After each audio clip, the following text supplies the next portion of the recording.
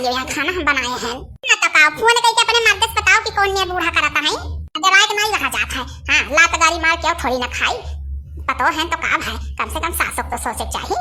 हां जी हम ना मारित, लेकिन हमें कितना मारत कितना गरियावती बताओ। ये हमें तो बता काटो ये है वो है दुनिया भर के गरिया देती चार महीने टोला पड़ोसी में सुना था हमारे जीजी हमें अच्छा नहीं लगा तो बहुत बेइज्जती होता है बात जीजी, लेकिन तब अब कहीं तो हुआ ही चाहे तो बूढ़ा हुआ है। लड़का काकी तो कहूं ना जाओ मेरे घर जाओ, ये बहुत गंदी है तुम्हें मारत है खाती कैसे ढुरकुलिया वाला था बेचारा दिया खतरा है ना।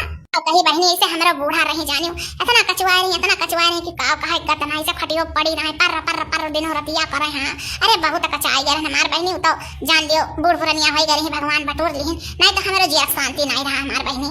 जीजी तुम्हें थोड़ी ना कचवाए रही, अरे दादा हम बहुत कचवावत रही का कही कहां बहनी भगवान का प्यारी हो गई ना जिए न देती। हां राहत रही तो कहूं जदुआ ले जाओ, कहां गए रही हो का करत रही हो, खेते गए रही हो बारी गए रही हो, अरे जवान मेयर के पहुंचाई बहनी की का कही बहुत सहन हम हूं।